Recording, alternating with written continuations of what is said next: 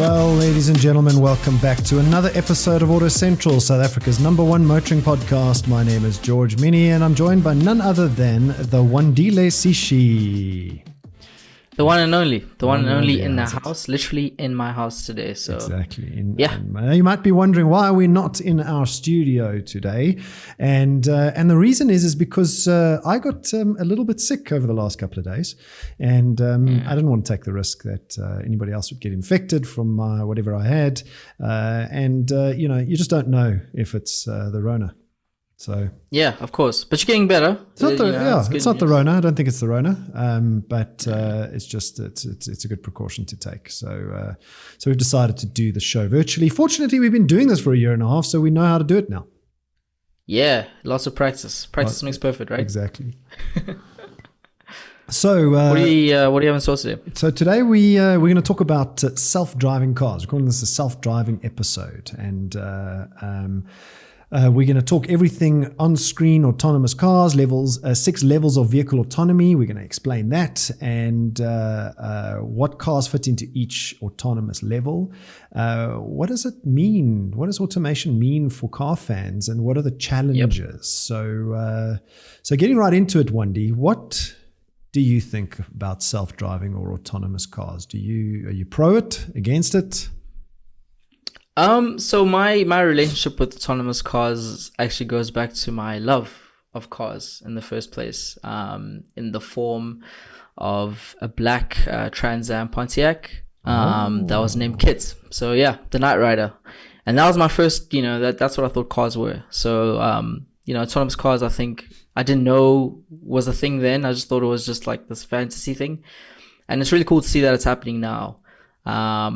So yeah, that's where it began. I'm not necessarily for it or against it. I just think that it's something that is happening, which I thought was really cool, and I want to see where it goes. I'm not sure about you. What are your are you pro self-driving? Are you against it? Is there like a... So I don't think that driving a car is going to go away for another half a century. Yeah. So I'm definitely not for giving up the driver's seat. And I think there's a subtle difference in the nuanced place that self-driving fits into. When people think about driving, they think about driving on a windy road on a cool summer's day, top down. Exactly. They think about self-driving, not about driving a car in that particular vein. Whereas, who enjoys sitting in traffic? Who enjoys bumper to bumper, 45-minute commute every single morning where you're not really going more than 30, 40 k's an hour? So in that context, I think self-driving is great. And then when you do go on that long, boring trip from Joburg to Durban or Joburg to Cape Town, and you're on the N1, there's a place for self-driving again. But when you're on the windy roads up Sani Pass or the Toys Kloof Pass, do you really want to be in self-driving mode? That's the thing, right? I think a lot of people who are against self-driving, are under this impression that it's happening now, and I think it is definitely progressing now, but it's not happening now. There's still a lot of things that need to happen in terms of the technology in cars to get to a point where we just in this futuristic world where things are just driving themselves. But I think driving, for the most part, in terms of being in control of the vehicle, is still going to be with us for quite some time. Well, I mean, let's get into that particular distinction between what is a self-driving car before we get into the levels of self-driving. What is a self-driving car and what is driver assistance? Because there's two different pieces of technology out there. And I like to describe driver assistance as something in the car that is reactive. Exactly. It doesn't mean that reactive isn't in a self-driving car, but reactive. So, for instance, anti-collision braking.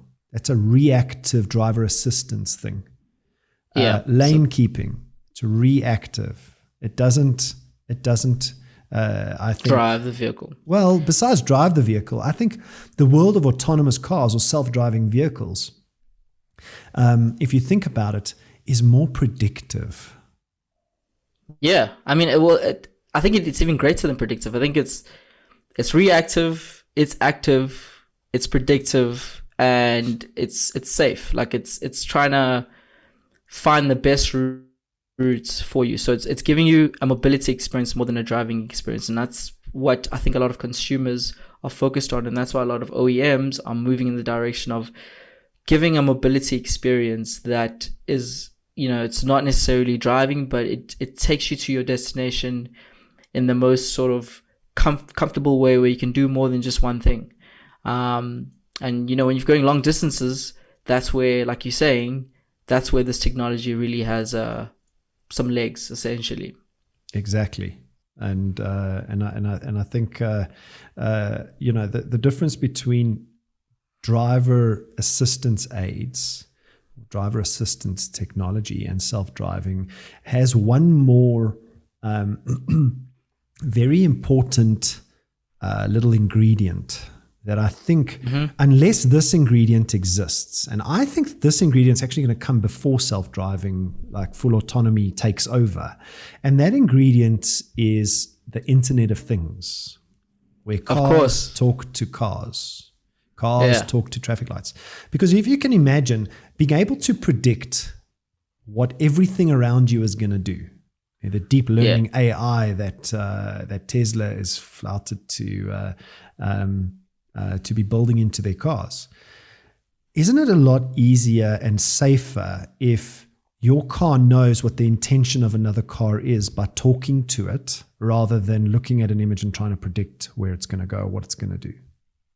Well, that's the end goal. But I think that's the kind of the challenge that the OEMs are facing, is that not all cars on the roads are there. We're in a scenario now where there's a self-driving car, and there's my car, and there's Wandile who's, controlling everything.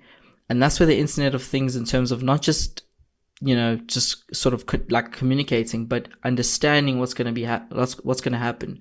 What am I most likely to do in a scenario? By reading my patterns of driving. And I think that's where, sort of car companies are trying to, get through, because so many OEMs and so many cars on the road are still very human driven, which is very unpredictable. Well, I mean, let's be honest. The car, the humble car was designed in the late 1800s. The first car on the road, which was by Mr. Benz, actually, was in the late 1800s, right? And it's like, so here's my theory about how long this will take, because let's talk about how long it will take to get to autonomous vehicles or self-driving. I think the first reality is, let's look at history. How long did it take to get rid of horses? Not get rid of horses. How long did it take for horses to not be on the roads as a form of commute? Now, we're not talking about Cape Town and the horse-drawn carriages that we see around there. Yeah. I mean, if I had to take a guess, I mean, I'm about 120 years since the very first car. Before it was the norm to not have a horse on the road. It was a while. No, it wasn't 120 years. I mean, 120 years to take us till today. From the 1800s? Well, late 1800s, the first cars. I'm talking about when cars were really mainstream, right? Which was only in the early 1900s. I mean, when 1920s, 1918.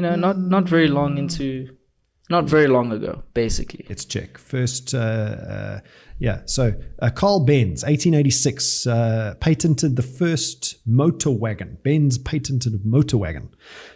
Exactly. And cars became widely available in the early 20th century. Okay, so the Model T was 1908. Okay, and still horse-drawn carriages were around. So while it was designed and invented in 1886, it wasn't really, it wasn't on the road. I mean, when was the electric car in the last 2 decades really kind of start? It started in the early 2000s. We're only seeing it now. Exactly. Exactly. So if we continue the comparison, horses took 10 years before the number of cars on the road exceeded the number of horses on the road. Took 10 years. Okay. And there were only 1 billion people on the planet in the early 1900s.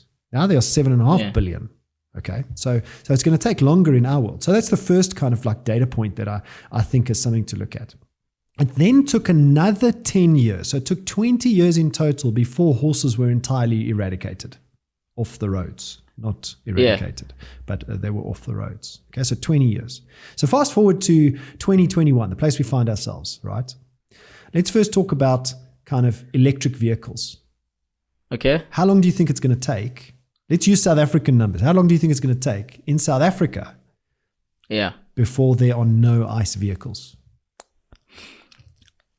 I would say about, we have a deadline. So I think that's the first thing to kind of note here is we do have a deadline where it's going to be very difficult for us to not be in a world where there's only electric vehicles. So with consumers also saying in the EV report, the AutoTrader EV reports, that they're looking to buy an EV in about 5 years, I would give it about another 5 years after that. So 10 years before, we all sort of moving in an electric sort of environment. Yeah, we're moving in an electric environment, but here's the numbers, right? There are about 10, 11 million cars in South Africa's car park, right? Yeah. 10, 11 million vehicles in South Africa's car park, right? We feed into the car market. Every year, we feed into the car market via the new car sales. Yeah. Call it what? A couple of 100,000? Definitely, yeah. Okay, a couple of 100,000 cars, right? So for ease of calculation, let's call the car park 10 million cars, and let's say that there's 500,000 new cars coming into the market every year. Okay, let's just assume that for a second. How long will it take at 500,000 cars a year to replace the 10 million at 500,000 cars a year? Well, about 5 years, right? But I mean, that's still... It's going to take 20 years. Well, if it's every 2 years, you're getting 1 million cars. So, 20 years. Exactly that. My maths was horrendous there, but 20 years. It's going to take 20 years, right? Okay. So that is exactly what happened with horses. It took about 10 years to get to over 50%. In our case, it'll take 10 years to get over 50. This is if all cars produced tomorrow are electric cars, whereas we know that that's not the case. So now you've got to kind of say, okay, so when will all cars produced be electric cars? 2030, 2035. Okay. Yeah. So go 10 years after 2030, 2040, maybe 2045. Another 10 years before all cars are electric, 2050, 2055. Yeah, but there's one thing that you're not considering there is which is, we're about to get into it, but the fact that right now, basically the most accessible forward-thinking car, I guess, in terms of level autonomy is level 3. So if we're taking, that into consideration, the cars that are going to be coming in 10 years' time are going to be at the bare minimum, level 3. Okay, so now... how long before all cars on the road are fully autonomous? If you're saying that in the next 10 years, all cars will have at least level 4 or 5 autonomy, okay, let's say they all let's say all cars that come out have level 5 autonomy, and you saying that that is in 10 years' time, right? We've just done the maths. Level 3. Yeah. No. I think it's going to be level 5 within the next 10 years. Every single car on the road? No. I think it's a stretch. Every new car produced. Yeah. Okay. So if now you're adding another 10 years, how long is it going to take before every car is fully autonomous? 2065. About 2060, around there. But I think you're giving people a little bit too little credit. Oh, why? I think people like new things, specifically in South Africa. We've seen it. People like flash, people like new, people like convenience. We saw it with the fact that, globally, automatic is kind of, where the world's going. Obviously, South Africa, we kind of slow on that. But if everyone's forcing us to go in that direction, I think we'll be there a little bit sooner. But the problem isn't getting there. The problem is switching out the current vehicles on the road. That's where the challenge is. And when I sat back and thought about the question, like, when will EVs be 100% penetration? When will fully autonomous self-driving vehicles have 100% penetration? I'm afraid that's at the end of my lifetime. We shall see. I mean, I think it's kind of Moore's law. Things are accelerating 2 times quicker than we think I hope it happens quicker because I want to be around to see it.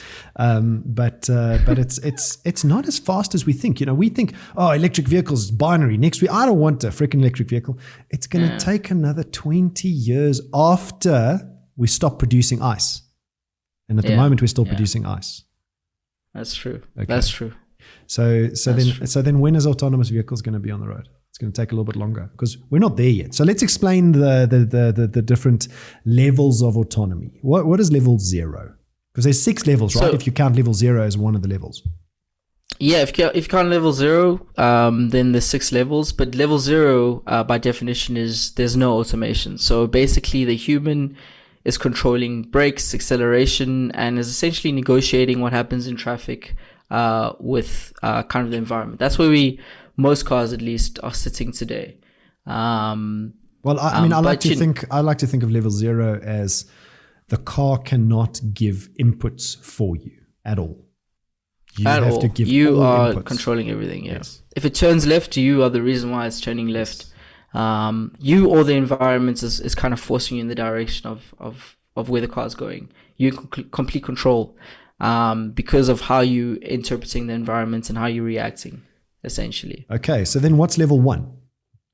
Level 1 is basically the driver assistance level. So under these conditions, the car can control either the steering or the vehicle speed, but not both together. And I think that's kind of the important thing is, it can control the steering, but it can't also control the speed as well. So that's where you are monitoring what's going on pretty much the entire time. So a single automated system is what you're saying. Yeah, so an example of this would be cruise control. It's a single automated system which controls at the very bare minimum how much speed you're going, but you're still steering, you're still controlling how things are moving. Okay, then we go from level 1 to level 2. What is level 2? Level 2 is partial automation. At this point, basically, the vehicle can steer, accelerate, and brake. So it can do multiple things. Exactly. So more than 2, up to about 3. But it's very important to note that this is in certain circumstances. So at this point, the car is not necessarily reading the environment, but it's essentially getting a set of rules or a set of instructions, and it's using those consistently, regardless of if there's a wall or if there's a person or if there's another car or if it's, the speed needs to come down. It's basically just taking a set of rules. So it's reactive. So level 2 is about the car being reactive. Whereas level 1, there's no reaction. Because the way I understand level 1 is it's driver assistance. So you can put cruise control on, but it doesn't have the follow me. But it's still in level 2. The driver still needs to perform some, tactical maneuvers in traffic, such as changing lanes or scanning for any hazards. The car is not doing anything at that point. And then level 2, the car can give inputs.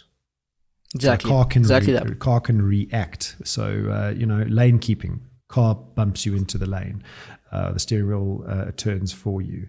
In terms of cruise control, if the car in front of you slows down, your car slows down. There's a reaction there. So that's how I understand level 2, is that it's got partial driving capabilities to give inputs, but the driver still has to keep your hands on the steering wheel and realize that the car can't read every situation. Exactly. A great example of this, or a popular example of this, is Tesla's autopilots. Is basically, I'll say a 2.5, but it's considered a level 2 sort of autonomy vehicle. They're obviously trialing many things right now, and there's new software updates, which is testing out level 3 automation. But there's laws that are in place in different countries which kind of stop different automakers from making this a mass produced or mass consumed product. Well, let's talk about the regulation for a second. So where do you think technology in cars, electric vehicles, I think that's a moot point because it's already kind of allowed. But autonomous vehicles and self-driving, like, what is the hindrance? Is the technology going to move faster than the regulation? I think that regulation is the thing that's going to get in the way of this. It's going to cause that 2-decade delay.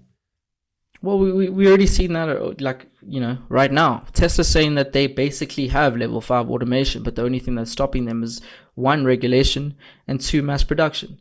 Once enough cars are reading and speaking to each other, that theory of Internet of Things, that's going to be the biggest barrier between my Tesla and your BMW or your Mercedes-Benz sort of being in a world where there's level 5 altogether. They need to all kind of sync and speak to each other before we get to a point where everything's automated. And, the governments are there to sort of regulate that and make sure that no one's going further than the rest. We all have to move at the same pace, but it's stopping the growth and the adoption, unfortunately. Okay, so then we get to level 3, right? Level 3. So level 3 is kind of like a dumb level, if you ask me. Well, that's where the most autonomous car is today in terms of mass production. I'm not talking about services, but in terms of you going to the dealership and buying a car, that's where we sit now, where it's like, I want to do more. I really want to do more because my car is able to do more, but I'm being forced to not do more. So the description of level 3 is really just slightly up from level 2, which is the car can detect and maybe predict to a certain degree its environment. It's exactly that. It's now the car is I want to say sentient there, but it's not sentient. It's really just monitoring the environment that it's in and deciding. It's starting to decide what's the best case scenario. But computers are not always the best at deciding what's best, and that's where AI and learning comes into play in terms of autonomy. So manufacturers are now trying to jump from level 2 to level 4 and skipping level 3 because, like I said, level 3 is kind of like it's a dumb level because you're not. It's like being kind of pregnant. You're not quite a self-driving car, although the car is scanning the environment and predicting things, but you're not quite level 2 either, so it's a little bit of a gray area. So OEMs are trying to skip level 3 and go straight from level 2 to level 4, which is now defined as high driving automation. What is your take on level 4? So level 4 is technically where the car is, I would say, pretty much entirely autonomous, except for the point that the steering wheel and the pedals are still there. Human inputs are still very much possible, and it's kind of limited purely by things like really poor weather or really unusual environments such as off-roading, where the human can still sort of read the situation a little bit better based on what's happening. But the car ultimately can do everything that a level 5 can do. It's just that the small nuances where it's reading, it's almost predicting what could potentially happen and adjusting how the car works in that environment. Well, I mean, let's look at a couple of examples of level 4 cars. So Google's Waymo's self-driving cars and taxis are an example of level 4. And the reason is because level 4 cars can only operate in a certain geographic area called geofencing. Exactly. They can only operate in a certain geographic area, and they're geofenced. They can't go out of that area, and the roads are really mapped really, really well. So those exist in the world today, and Waymo is an example of that. There's just to answer that, they geofence because it's the safest thing or the least likelihood of a freak accident happening. That's why they geofence them. But in terms of driving in those areas, they're completely autonomous. But we can't really say it's level 5 if it can't do everything. Well, I think level 5 autonomy. Let's get onto the definition of level 5 autonomy. So they don't require human attention at all, whereas level 4. The car still, although it can scan and predict its environment, it still can't be left hands-off entirely until you get to level 5, which is then you don't need the steering wheel, you don't need the brake pedals or the accelerator, and it's free of geofencing and doesn't need any human intervention at all. Yeah, this is the point where we consider as driverless, where it's completely I wouldn't say as smart as a human, but it's reading more information that a human could potentially read in a scenario. It's got more senses than a human can potentially do at one point, and it can react accordingly to what's happening. Usually you just set a destination here and the car just does the rest. And it can read anything that can happen between point A and point B. That's what driverless is. Full automation. So I would say that another factor of level 5 that is going to make it kind of mainstream, and the difference between level 4 and level 5 right now is the Internet of Things. Yes, Waymo's cars talk to each other. Okay, so one Waymo car will talk to the other, and they'll know where they are in relation, but they can't talk to other things, other cars. Exactly. Which I think that Internet of Things and connected cars are a prerequisite for full self-driving. I have a question with regards to how is this going to be impacting the everyday driver? What if you want to still be in control? In a world where we are level 5 driving, can a person still, sort of control and drive and have a driving experience? Or here we need everyone to be in a driverless situation? Okay, so I mean, my sense to the answer to that question is quite simple. It's going to be a very, very long time before the steering wheel disappears. I would say, at the end of our lifetime, potentially, we will have mainstream. Every single car doesn't have a steering wheel. Yes, you're going to have cars that don't have steering wheels on the road, but it's going to be by choice of that particular consumer. So I think as a consumer, you're going to have a lot of choice for the next couple of decades. ICE vehicle if you want. If you want to buy a second-hand one, you could have a level 5 car with the controls potentially, and have the ability to turn those controls off. I was about to say the exact same thing. I think vehicles are going to get to a point where they are level 5, but they're going to, or OEMs specifically, are going to stick with a level 4 sort of format where you have a steering wheel and some pedals if the driver wants to sort of take control. Yeah. Which I think is a safe place to be. I think it's where we want to be. And all we have to do then is just regulate what are the conditions for someone to take over the driving experience, and then you have that. If it's a racetrack, for instance, go ahead and take over. So let's talk about the squishy humans for a second. I mean, the bug in the system, unfortunately, is the human being. That's 100%. That's the bug in the system, and we've been trying to eradicate that bug for a very, very long time. By creating driver assistance technology. But I would argue that the driver assistance technology is actually making humans worse drivers, not better drivers. In the short term, definitely yes. But I mean, the end goal is to have the human not drive at all. So by definition, that's what's going to happen. If you have less practice or play and less experience in a scenario where you have to maneuver and, avoid something, then yes, people are going to get, I guess, less experienced in what to do in all scenarios. So now you get to a world of fully automated, fully self-driving cars, and you want to switch the thing off, right?